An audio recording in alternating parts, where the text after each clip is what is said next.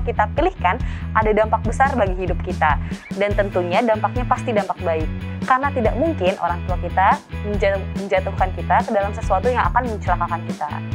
Nah, tapi kalau kita lihat pilihan Allah, tepat ketika mereka merencanakan sesuatu untuk Yesus dan akhirnya itu dapat dijawab dengan tegas.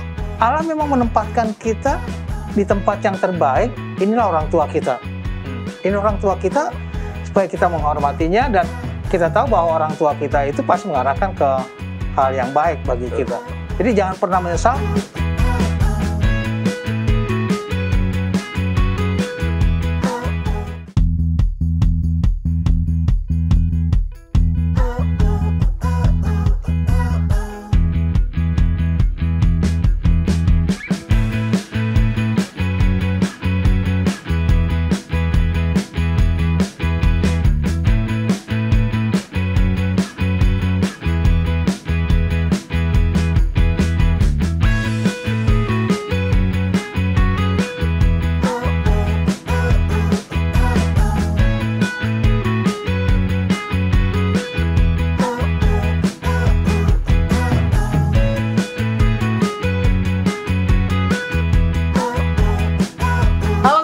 Apa kabar? Semoga hari ini menyenangkan. Kita telah tiba pada pelajaran baru kita di kuartal yang keempat. Dengan topik pembahasan selama triwulan ini adalah kenyataan Alkitab. Nah, aku yakin selama triwulan ini kita akan mendapat beragam informasi yang menarik tentang maksud Allah dalam kehidupan kita. Tentunya teman-teman, pelajaran ini related buat saya dan teman saya yang ada di studio ini. Dan khususnya orang-orang muda dan teman-teman yang ada di rumah. Nah, topik pembahasan kita atau pelajaran ke-12 kita pada hari ini berjudul Bapa yang Allah pilih untuk anaknya. Nah, untuk mengenai pembahasan kali ini nih, pernah nggak sih dalam keluarga kita, Bang, kita tuh dipilihkan oleh orang tua kita di suatu momen di mana kita tuh harus mengikuti gitu loh? Oke, pasti pernah, dan aku ingat waktu aku masih SMA kalau teman-teman di rumah tahu ya, SMA waktunya kita untuk bersenang-senang, bermain, yaitu dia. Nah, tapi aku harus dipaksa untuk bermain les piano. Ya, mau nggak mau karena udah dibayar teman-teman, ya aku harus ikutin lah itu les piano dengan cara paksa. Aku sendiri pernah juga nih teman-teman disuruh les piano sampai dipaksa. Tapi ternyata aku malah suka main piano. Jadi kita semua harus ingat nih bahwa semua yang orang tua kita pilihkan ada dampak besar bagi hidup kita. Dan tentunya dampaknya pasti dampak baik. Karena tidak mungkin orang tua kita menjatuhkan kita ke dalam sesuatu yang akan mencelakakan kita. Nah, benar juga. Nah, sekarang kita masuk ke dalam suatu kisah-kisah Yesus. Dan teman-teman, kalau kita bisa lihat ada suatu hal yang menarik di sana. Kita temukan ada suatu yang Allah pilih untuk Yesus. Yang kalau kita lihat ceritanya, ada suatu yang ingin dilakukan oleh orang Farisi untuk merencanakan suatu dalam menguji kepercayaan mereka kepada Mesias. Nah, tapi kalau kita lihat pilihan Allah, tepat ketika mereka merencanakan suatu untuk Yesus dan akhirnya itu dapat dijawab dengan tegas. Ya, benar sekali nih. Kalau kita lihat, pernah sekali bahwa Yesus ini dijebak dengan ditanyakan tentang Mesias. Dia ditanyakan anak siapakah dia, dan Yesus menjawab dengan tegas bahwa Mesias adalah anak Daud. Nah, pas banget nih seperti tulisan di kitab Lukas, di mana Yesus ketika menjawab pertanyaan mereka. Nah, pas banget nih seperti tulisan di dalam kitab Lukas, di mana Yesus ketika menjawab pertanyaan mereka. Kita buka Alkitab kita di dalam Lukas 20 ayat 41. Tetapi Yesus berkata kepada mereka, bagaimana orang dapat mengatakan bahwa Mesias adalah anak Daud? Nah, teman-teman, luar biasa banget. Jawaban Yesus seperti langsung membuat orang-orang Farisi akhirnya ya nggak bisa berbuat apa-apa. Dari tadi kita udah bahas, masih banyak sebenarnya aku masih penasaran sepanjang pelajaran kita minggu ini, tapi ada pepatah tak kenal maka tak sayang. Makanya aku mau kita memperkenalkan diri dulu, mulai dari teman saya dulu. Perkenalkan, nama saya Brigita Tampu Bolon dari Jemaat Salemba. Oke, nama aku Devin Situmorang dari Jemaat Salemba juga. Masih banyak ingin kami bahas, jangan kemana-mana, tetap di Cornerstone Connection.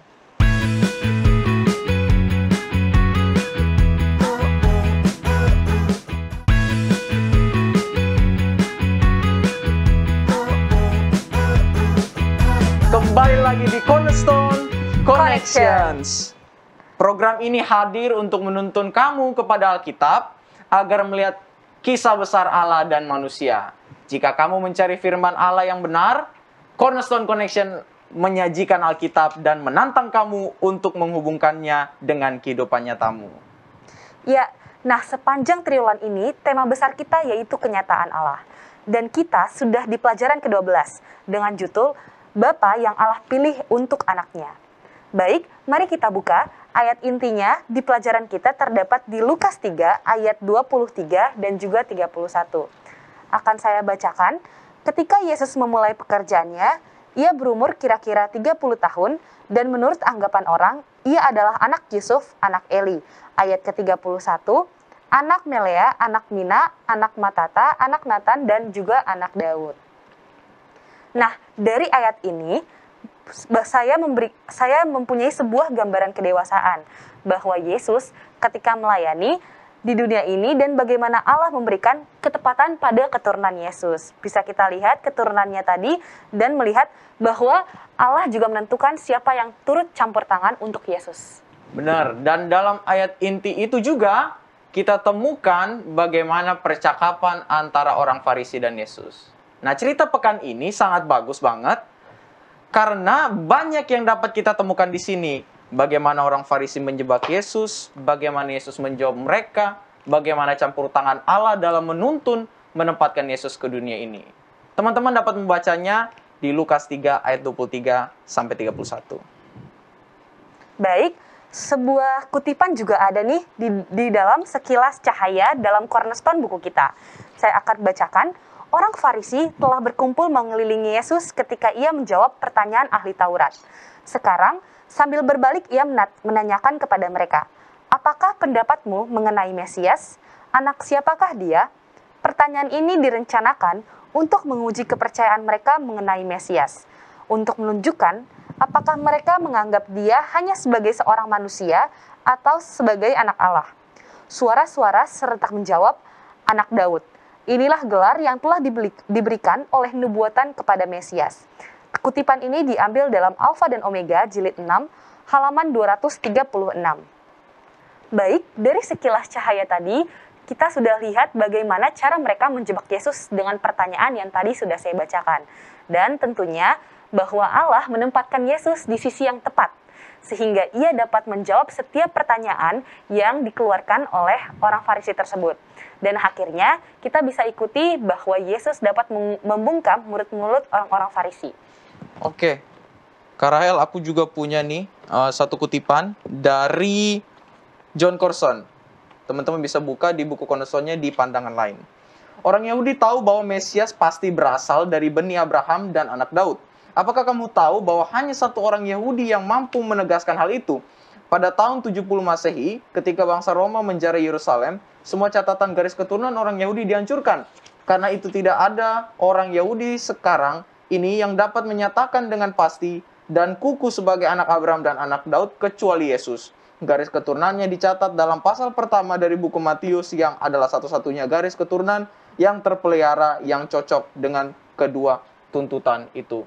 Wah, ini jelas banget teman-teman bahwa ini menggambarkan jalur keturunan Yesus. Nah, ngomong-ngomong, teman-teman kalian pada tahu nggak ya? Mari kita buka buku Cornerstone kita pada Apakah Kamu Tahu. Terdapat ada 17 dalam Perjanjian Baru yang menggambarkan Yesus sebagai anak Daud.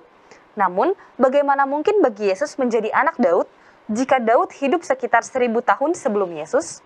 Matius 1 membuat garis besar keturunan Yesus dan membuktikan bahwa Yesus adalah keturunan langsung dari Daud melalui Yusuf, ayah hukumnya. Garis keturunan dalam Lukas 3 menunjukkan garis keturunan Yesus melalui ibunya Maria. Jadi, Yesus adalah keturunan Daud, baik melalui Yusuf oleh adopsi dan melalui Maria oleh karena darah. Nah, dari sini garis keturunan Yesus sangat jelas menggambarkan tentang siapa Yesus sebenarnya. Dan ini membuat orang Farisi tidak dapat berkutik lagi mengenai jawaban Yesus. Dan di sini akan kita temukan bahwa memang Allah sebagai Bapa dari Yesus sendiri menempatkan rencananya untuk umat manusia. Nah teman-teman, aku juga mau tanya pendapat-pendapat kalian nih. Kita bisa buka juga dalam buku kita di Apakah Pendapatmu. Aku mulai ya. Tempat yang terbaik dari mana kamu memulai penelitian garis keturunan ini adalah ada internet, ada nenek, perpustakaan, dan Mormon. Nah, kalau aku pribadi, kalau misalnya aku pengen tahu garis keturunan aku sendiri, ya nggak mungkin lihat internet, karena aku bukan artis yang internet aja tahu garis keturunan aku. Jadi aku pasti jawabnya nenek aku sendiri. Iya, Nah, yang pertanyaan keempat nih, aku mau tanya ke Rahel. Kamu menemukan beberapa catatan yang memberikan kepada kamu tanggal lahir leluhur kamu. Sumber mana yang paling dapat dipercaya? 1834 catatan baptisan, 1850 sensus, atau 1902 catatan kematian? Kalau aku sendiri leluhur ya, mungkin catatan kematian nih Kak, pada tahun 1902. Biar kita jelas juga nih Kak biasanya. Karena kalau 1850 kayaknya udah kejauhan, nanti malah bingung. Oke. Nah guys, tadi kita udah diskusikan, namun ada beberapa seperti biasa nggak semuanya kita pahami. Nah, kita akan bahas lagi. Nanti akan ada pendeta yang akan membantu kita. Jangan kemana-mana, tetap di Cornerstone Connection.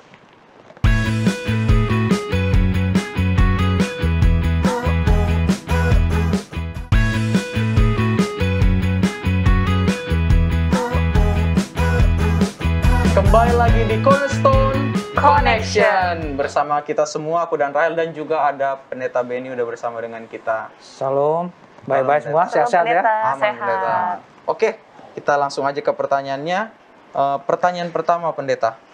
Apa sih maksud Allah ketika Dia menempatkan Yesus di keturunan Daud? Iya,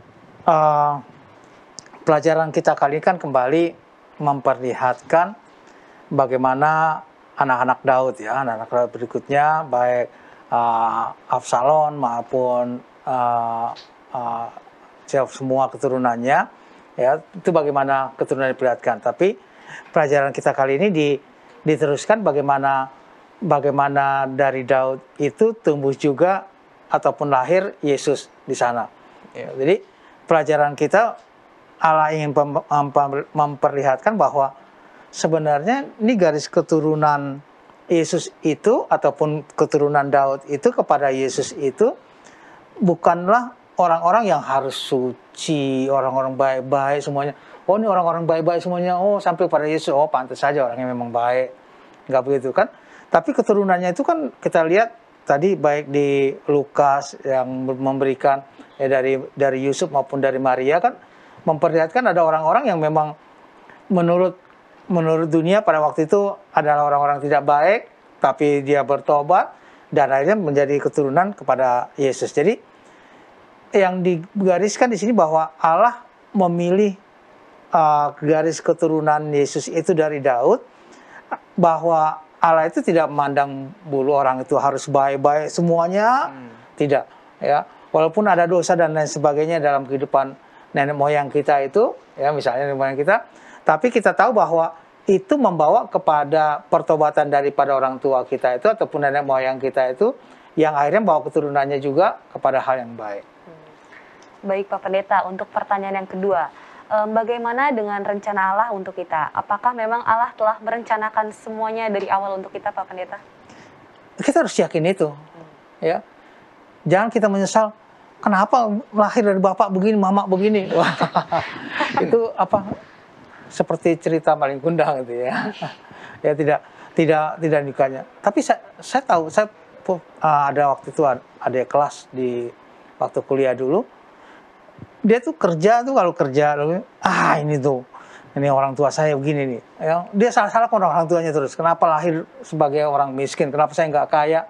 Bisa main, bisa nggak kerja di Unai dulu ya, bisa nggak kerja lainnya. Tapi akhirnya juga nggak sukses kok dan sampai sekarang juga saya lihat orangnya tidak sukses ya.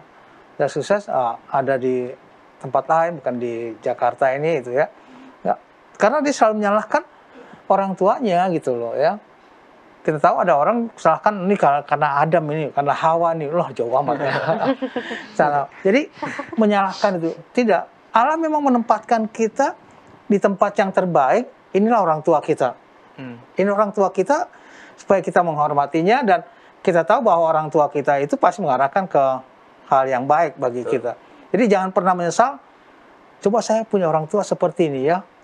Ya, coba orang tua saya jadi presiden ya, coba saya anaknya ini ya, wah itu kita tidak akan pernah bergerak karena Tuhan memang sudah menentukan, sudah membuat kita sedemikian rupa garis keturunan daripada kita itu supaya memang kita bisa meletakkan hal itu. Apalagi kalau garis keturunan biasanya sisilah orang Batak kan lebih ya. Apa semua orang nomor berapa? Kan langsung tanya nomor ya. Oh ini nomor berapa? Langsung tanya. Jadi tahu oh kamu anaknya si ini, kamu anaknya si ini, gitu langsung tahu demikian. Jadi itu akan mempermudah. Jadi itu kan mempermudah kemudian akan melihat bahwa oh ini memang garis keturunannya orang baik-baik gitu. Baik, Pendeta. Pertanyaan ketiga, kita adalah anak Allah, benar kita tahu itu. Bagaimana kita mensyukuri akan hal ini? Iya, sebagaimana tadi saya katakan, kita jangan pernah menyesal bahwa saya kenapa hidup seperti ini, gitu ya. Saya kenapa lahir dari orang tua ini. Saya kenapa lahir seperti yang, kenapa sih saya lahir? Misalnya ketika kalian, kenapa sih saya lahir di Advent nggak bisa begini, ya, nggak bisa begitu, nggak bisa makan ini, nggak bisa makan itu, ya. Mungkin dulu sih kita bilang begitu ya. Mungkin ada saja orang yang merasa begitu. Tapi begitu pandemi tiba-tiba ada, kita bersyukur juga ya, nggak makan makanan yang merusak tubuh kita. Ya, kita bersyukur juga kita tidak biasa keluar di tempat-tempat yang tidak baik dan lain sebagainya.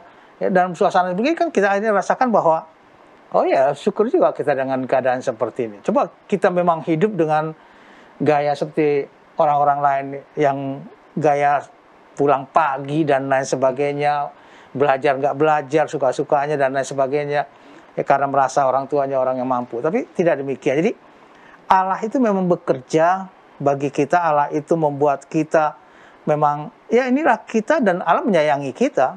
Allah menempatkan kita di tempat yang tepat supaya kita itu boleh jadi berkat bagi orang tua kita, boleh jadi juga kita boleh menjadi satu tempat bagi orang lain, ya, tempat bagi orang lain di mana orang lain boleh lihat siapa Allah kita dan orang lain boleh mendapat berkat dari kita. Maksudnya begini, jangan menyesal bahwa aduh kalau saya ini begini sebenarnya bisa begini ya, kalau saya begini enggak. Ada orang yang memang dia nggak punya apa-apa, maksudnya nggak segi harta segini nggak punya, tapi temannya banyak, ya. Kenapa? Kalau kemanapun dia orang seneng gitu ya, ada kan begitu ya. Ada. Pokoknya meriah, pokoknya ada lu rame aja gitu ya. Nggak ada lu nggak rame ya. Jadi ada orang seperti itu. Jadi kita harus bersyukur bahwa Allah mempunyai tujuan bagi kehidupan kita, boleh menjadi berkat bagi orang lain, juga tentunya berkat bagi Tuhan sendiri di mana bisa memancarkan siapa Tuhan yang kita sembah. Baik, Pak Pendeta, terkait dengan pelajaran hari ini mengenai garis keturunan, menurut Pak Pendeta sendiri, apakah garis keturunan kita atau keluarga kita dapat menggambarkan sepenuhnya siapa diri kita? Bagaimana Pak Pendeta? Di satu pihak bisa, ya. Sebabnya kan kalau ada ini, kalau mau nikah lihat bibit, bobot apa? Bebet. Ya, lihat semuanya gini, kan biasanya begitu ya. Walaupun belum tentu juga anaknya adalah orang yang tidak baik, walaupun orang tua tidak baik kan, karena demikian belum tentu juga ya. Tapi dari pelajaran kita ini kita harus mensyukuri, kita harus melihat bahwa ya orang bisa tahu siapa kita karena orang tua kita gitu loh, orang tua kita. Tapi begitu tahu orang tua kita, kalau orang tua kita nggak baik, mereka lihat enggak kok anaknya baik kok gitu ya. Beda dengan orang tuanya ya. Ya kalau misalnya kalian nanti sudah selesai kuliah, sudah bekerja, kemudian udah mulai cari jodoh dan sebagainya. Siapa pacarmu? Si ini. Ya, anak siapa? Oh, ya baik orang tuanya ya. Oh, orang tua nggak baik loh kamu. Tapi anaknya baik, kita lihat apa semuanya. Jadi belum tentu juga segala sesuatunya. Tapi yang pasti bahwa Allah menempatkan kita harus bersyukur. Benar. Kita bersyukur di mana Allah menempatkan kita dengan orang tua kita, dengan keturunan kita dan lain sebagainya. Kita harus bersyukur untuk hal demikian. Pendeta, pertanyaan selanjutnya, Yesus ingin menjadi keluarga kita, bagaimana kita mengundang Yesus?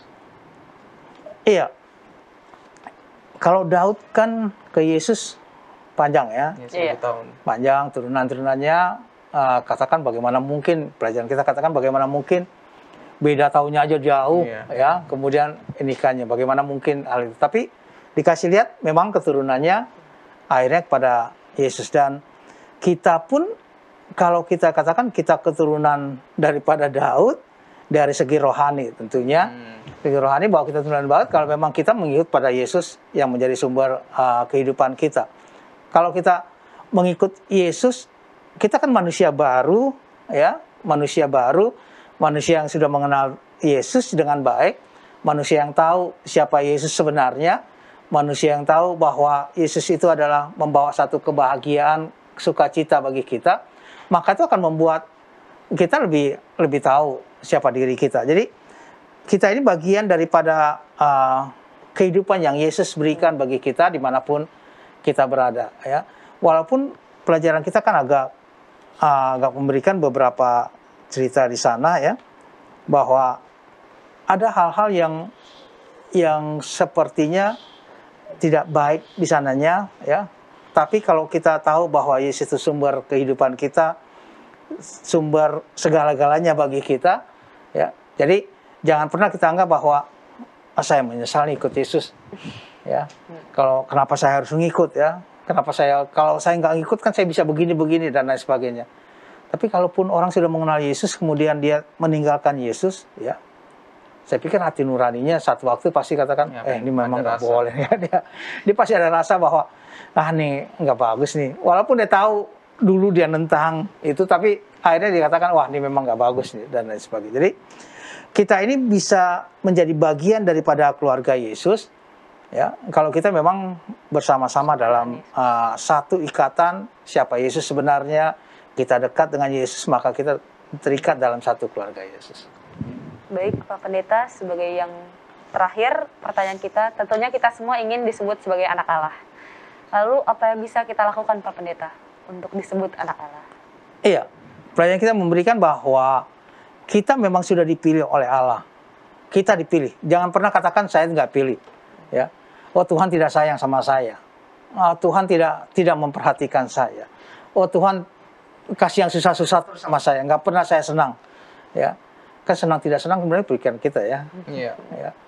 Kita ada orang yang tidak senang kalau makanannya begini, ada orang senang makan begini, senang dia. Ya, jadi kan tergantung pikiran kita. Jadi kalau kita tahu bahwa memang Allah menempatkan kita, memang kita dituntun oleh Allah, memang kita menyerahkan hidup kita sepenuhnya kepada Tuhan, maka kita nggak perlu takut untuk mengatakan bahwa memang saya anak Allah. Saya anak Allah, ya. Kalau ada orang berantem dan sebagainya, kemudian melakukan kejahatan, bilang enggak, saya anak Allah. Saya tidak melakukan hal-hal yang tidak baik. Jadi dalam segala sesuatu, mari kita tempatkan diri kita sebagai anak Allah. Dan memang kita anak Allah, sudah diambil oleh Allah. Ya, kita memang anak Allah, jadi jangan pernah takut untuk mengatakan bahwa saya memang anak Allah, dan Allah memang menjadi satu-satunya pengharapan, satu-satunya pegangan dari kehidupan saya.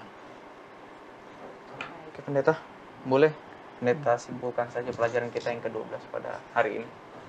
Ya, kepada orang-orang muda dimanapun pada saat ini berada, pelajaran sekolah sahabat kita, Bapa yang Allah pilih untuk anaknya. Jadi Allah memang sudah memilih siapa orang tua kita. Jadi jangan menyesal kita punya orang tua, seperti bagaimanapun tetap orang tua kita. Memang Allah menempatkan kita dengan orang tua kita seperti itu.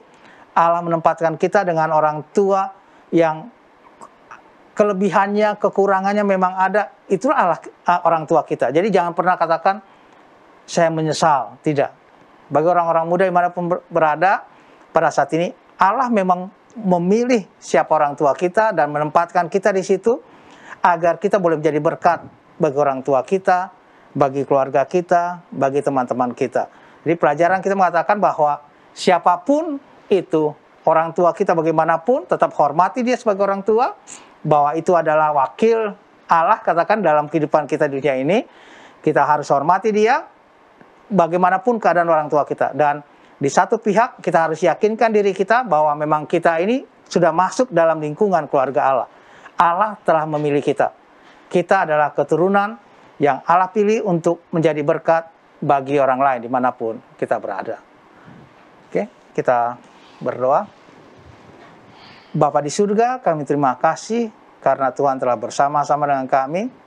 Kami terima kasih atas pelajaran yang Tuhan berikan.